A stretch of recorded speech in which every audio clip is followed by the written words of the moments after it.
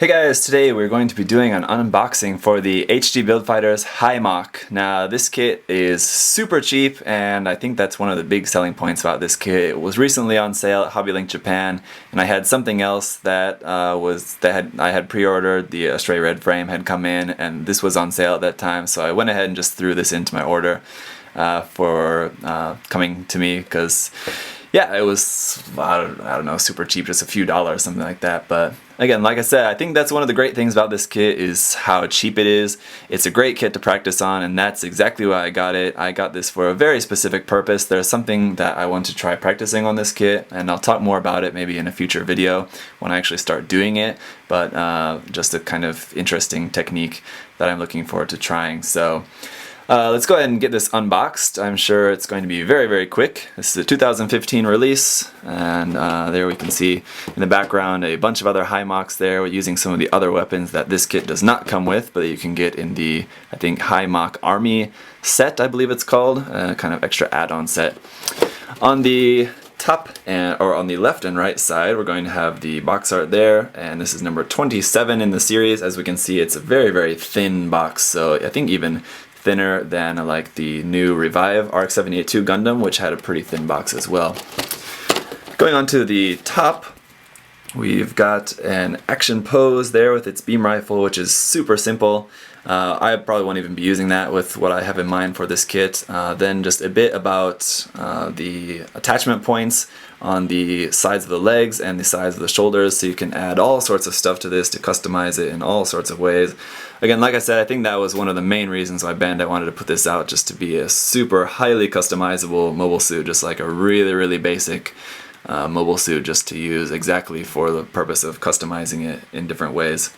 And as we've seen in a lot of custom kits, people have been putting that to good use. There's just with all sorts of the different weapons. I also just got a couple of the HG weapon packs. HG Customized Set E, Customized Set F, and Customized Set D. Won't be using any of those for this kit, I'm pretty sure. I might actually be giving a couple of those away, but we'll see. And then, yeah, here you can make with all kinds of other stuff with that extra set I was talking about. So, going on to the other side, we've got a picture of the front and rear of the mobile suit there, just in a painted up version. Image there, a little bit about the story, and then this retails for 800 yen. Like I said, it's super cheap. I got it for even less than that. Open it up, and as expected, it's just one bag here, and that's out of focus there with our polycaps, and I think it's just two runners, so again, should be very, very quick unboxing this time.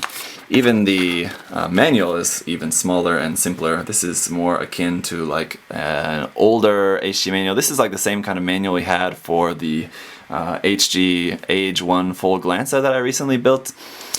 So just anyway, very simple. We got our box art there repeated on the front.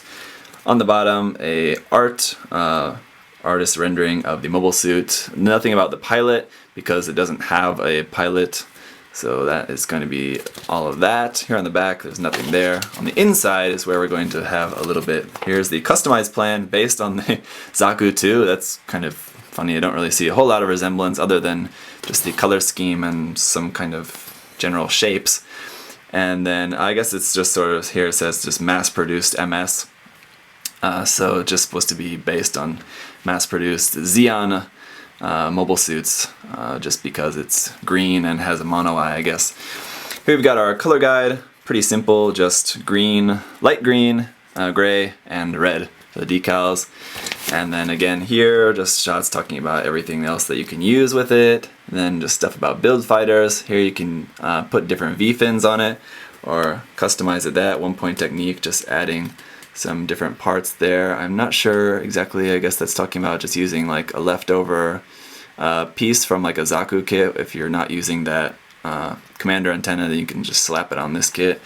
The HG lineup, Megashiki was awesome. The Argyaga and the Amazing Red Warrior, I have both those HGs that I haven't put together yet, so need to do that.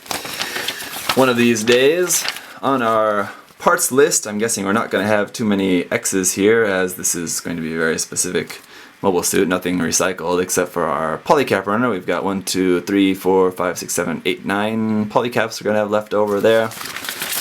onto the construction. It's going to be starting off with just the body, and the head, I believe, is like just one piece that slaps onto there, so I guess we're going to be doing that a little bit later in the construction. With the arms, very simple there. Then onto there, we can see just putting the head onto there. It's just one piece with a sticker. Pop onto there.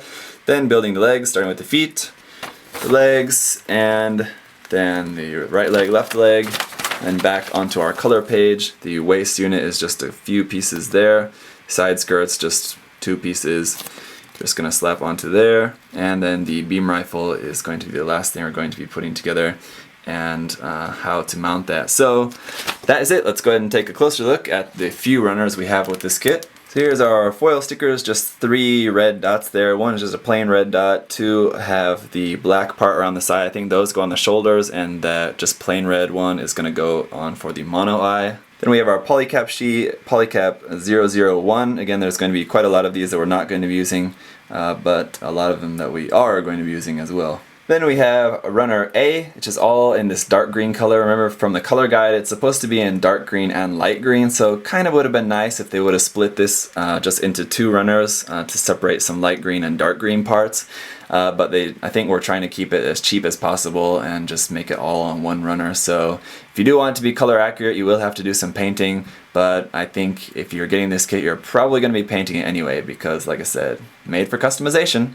And then runner B is going to be all of our gray parts, so just kind of the joint parts, hands, feet, the beam rifle, the main parts for the body, side skirts, and all of that. So that is it, just A and B, pretty simple.